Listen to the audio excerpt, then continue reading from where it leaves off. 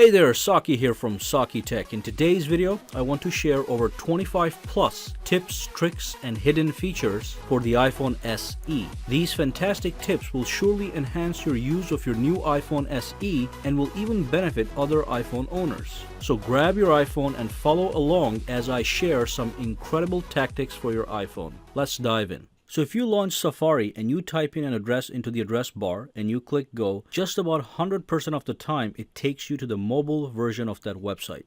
Now there is a way to request the actual desktop website. All you do is press and hold the refresh button on Safari and then it's going to bring up a secret menu that says request desktop site. Tap on that, it's going to take you to the full version of that website that you would see on a desktop PC or a laptop. Next up, let me show you quickly how to clear the RAM on your phone.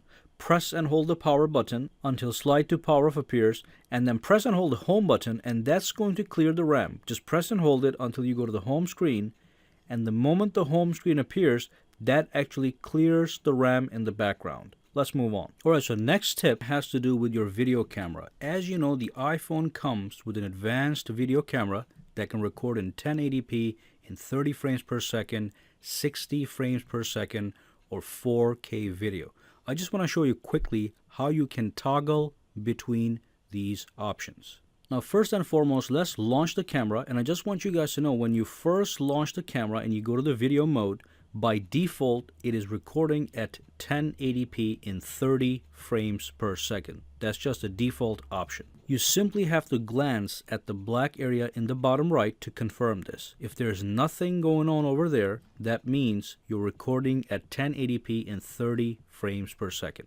Let me show you how to modify those options. Go into the settings, scroll down where it says photos and camera, and then scroll down again and go to record video. And here's where you tweak all the options. As you can see, you have four options: 720p at 30 frames per second, 1080p at 30 frames per second, which has a check mark next to it. That means it is the default. And then you can switch to 1080p at 60 frames per second by simply tapping on that option. And quickly pay attention to the block of text at the bottom over here. It shows you that the higher the resolution and the higher the frames per second, the more space your video takes. And also, in the case of 1080p at 60 frames per second, your video is going to take more space, but it's also going to be much more smooth. So just keep those things in mind. Let's get out of here and launch the camera. I'm going to show you something real nice. So if you go back into camera, if you look at that bottom block, now it says 60 frames per second. So you can tell at a glance at what frames per second your video is being recorded at, and also at what resolution. Let's do the same thing with the 4K. Let's go back into settings, pick 4K at 30 frames per second, go back into camera, and at the video now it says 4K. So you can always tell at what resolution you are in fact recording. Now you can do the same thing with slow motion recording. So let's go back into settings, go back into photos and camera, and right at the bottom it says record slow motion. You do have two options. You can do 1080p at 120 frames per second or 720p at 240 frames per second, which is going to give you super slow motion. And if you go back into the camera and if you scroll over to slow-mo, at the bottom block, you're not going to see anything. If you don't see anything, that means it's being recorded at 240 frames per second. If you pick this option and go back to the camera, at the bottom, you're going to see 120 frames per second at 1080p, and that is how you distinguish and switch between available options. Let's move on. So the next tip has to do with locking individual notes. So if you launch your notes application, you can actually individually lock specific notes that you think are sensitive information. So let's say this note to me was very private and I wanted to lock it so nobody else can see it unless they know the password or unless they have a fingerprint registered to unlock the note. So let me show you how to get that done. So on the home screen, click on settings, scroll down to where it says notes, and then tap on the password field. And here you're going to have two options. Number one, you're going to have to set up a traditional password such as numbers or letters. And number two, you're going to enable Use Touch ID. And that's going to allow you to view locked notes just by using your fingertips. So let's go back in the Notes application. I'm going to show you how to lock the note. Tap on Notes, tap on that icon on the top right, and from here, choose Lock Note. And once you tap on Lock Note, it's going to ask you to put in your password, which is the password you picked under the Notes settings. So put the password in and click OK, and then it's going to allow you to lock or unlock this note. Read that note. It says tap the lock icon in the toolbar or lock your device to hide the contents. So let's tap the lock icon in the toolbar. And there we go. The note is now locked. Let me go back out and go back in just to show you how it works. So let's say somebody taps on this note and goes inside. It's going to say the note is locked, and you can tap on View Note, and then it's going to ask you for your fingerprint. You put that in, it unlocks the note. Absolutely fantastic. You can do this on any note that you please. Alright, so the next tip has to do with a secret menu that you can actually enable that is going to float about on your screen. It's called the Assistive Touch. So let's go into the settings to enable this. So go to General and go to Accessibility, and then scroll down where it says Assistive Touch right over there, and simply enable the option. And the moment you enable it, you'll see a little menu that just popped up. Let's go back to home screen, and you can take this thing and you can put it anywhere that you please. It can float and sit any place on the screen that you want. So let's see what you can do with this thing. First and foremost, this can be used as the software version of the home button. So let's tap on it, tap home, and as you can see, it performs the same function.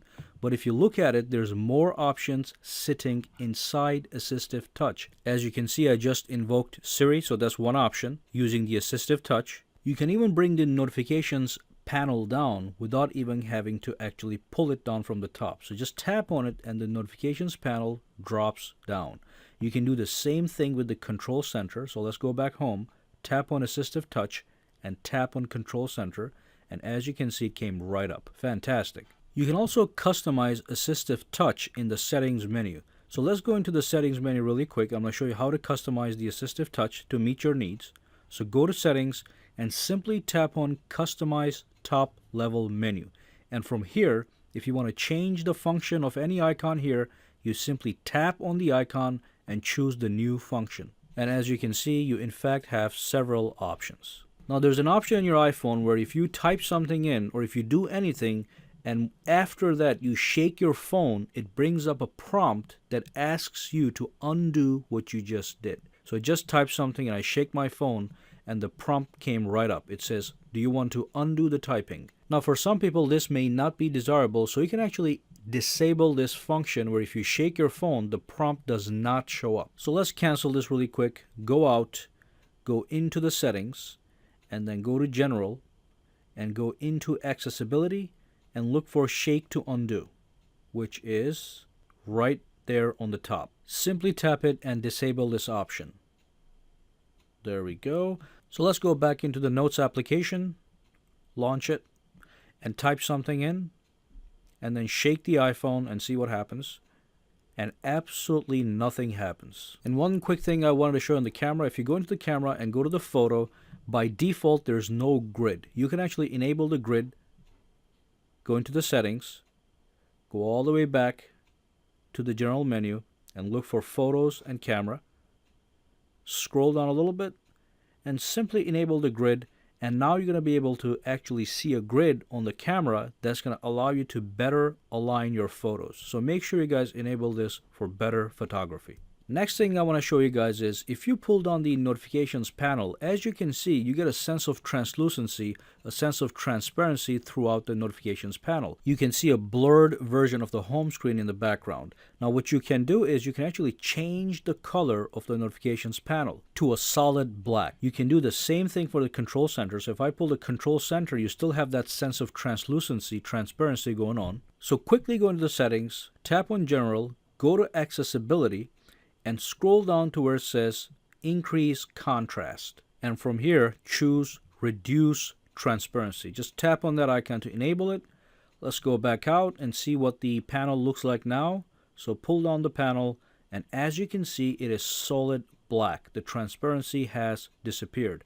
Now if I go back to the control center, it's going to be solid gray, and the transparency has in fact gone. And as you can see, even the bar at the bottom is now a solid gray color. If I was to go back into settings and disable that option and go back out, as you can see, the bar is now transparent. So it really is up to you which type you desire. Alright, so the next tip has to do with enabling restrictions on your iPhone so other people, when they grab your iPhone, cannot do certain things. You have full control. Now, first and foremost, let's go into the settings and scroll down to General and then scroll down to Restrictions. Okay, now when you first tap on restrictions, it's going to ask you to pick a password. So let's tap on it and then click enable restrictions, and boom, it wants you to set a passcode. So let's tap a simple passcode.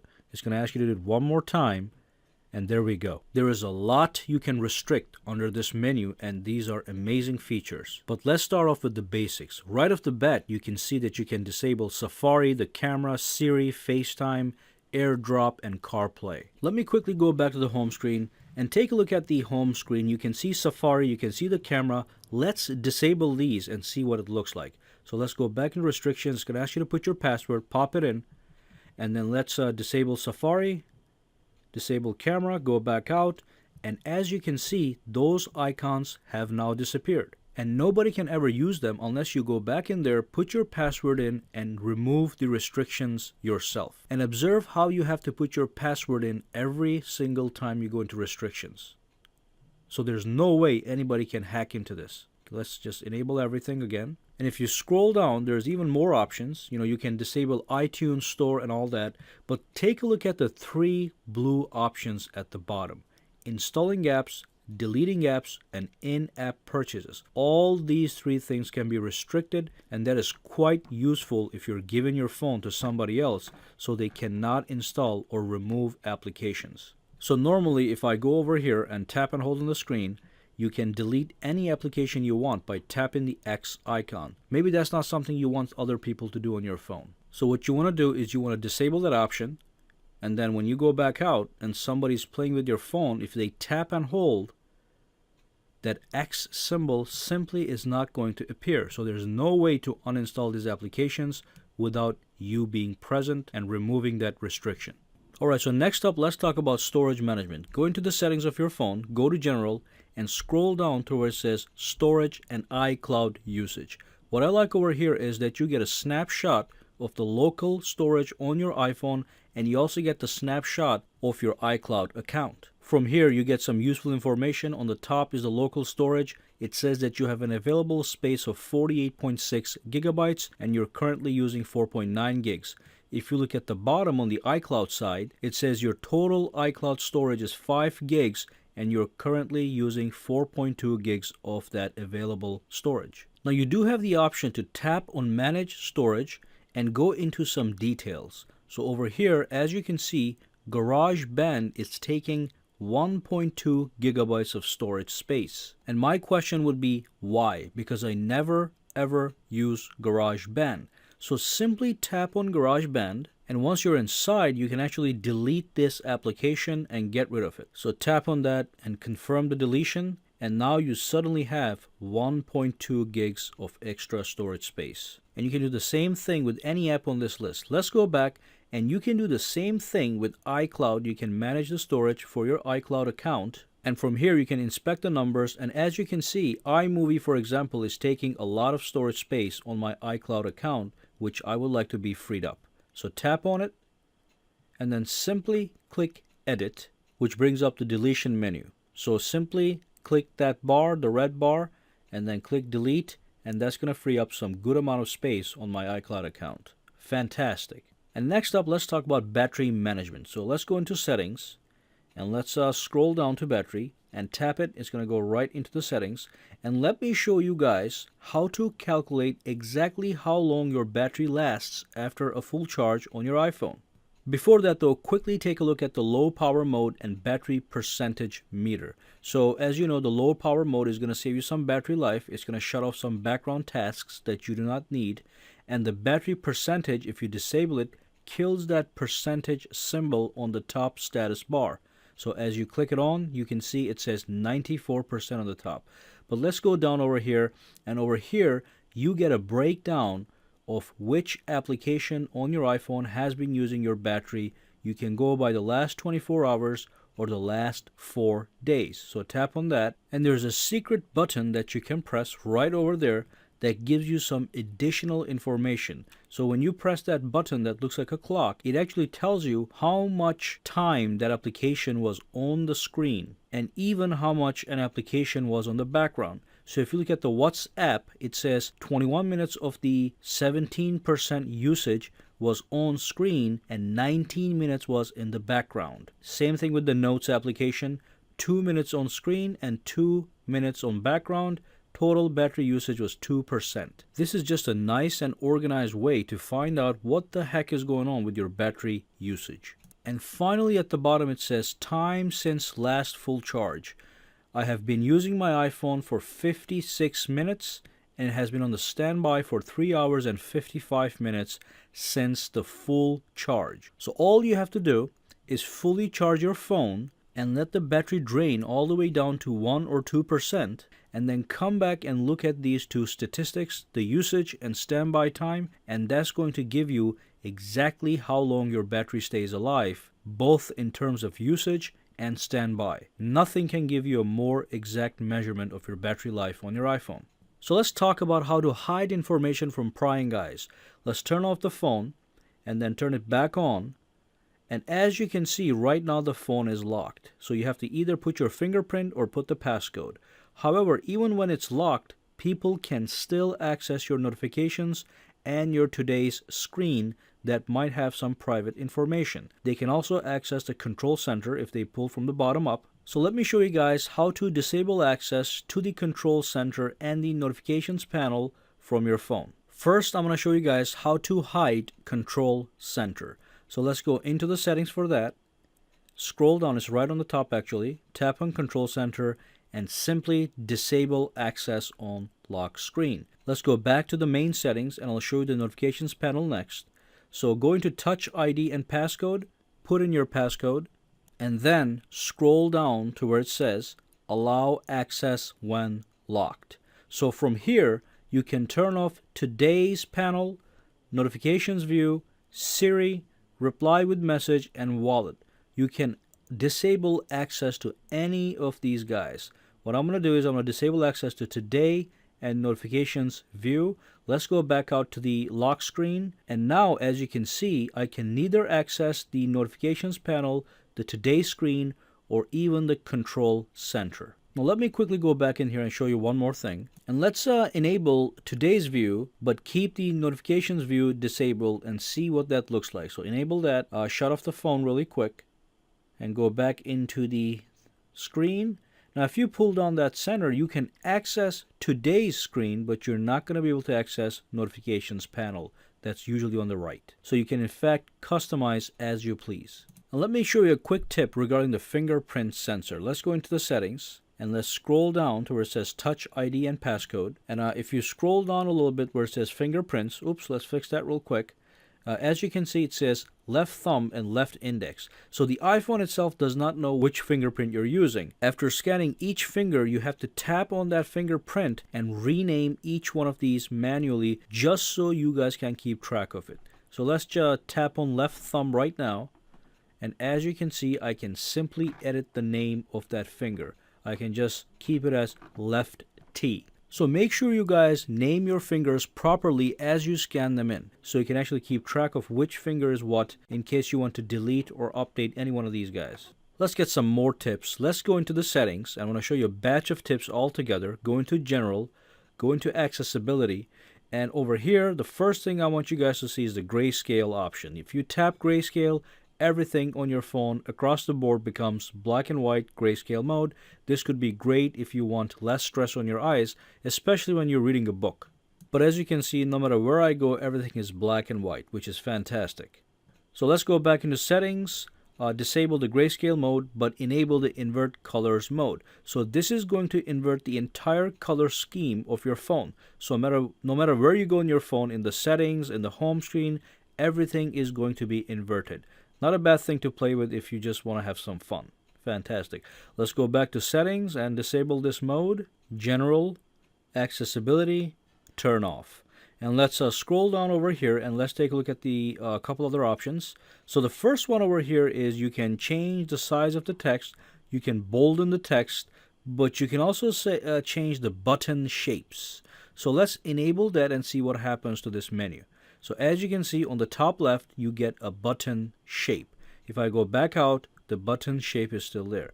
If I go back in and disable it, that button shape disappears. So just a quick way to customize your phone. Well, thank you for watching this video. Make sure you subscribe to Saki Tech and give this video a thumbs up. Also, follow me on Twitter and Facebook at Saki Tech Online, for which links are in the description below.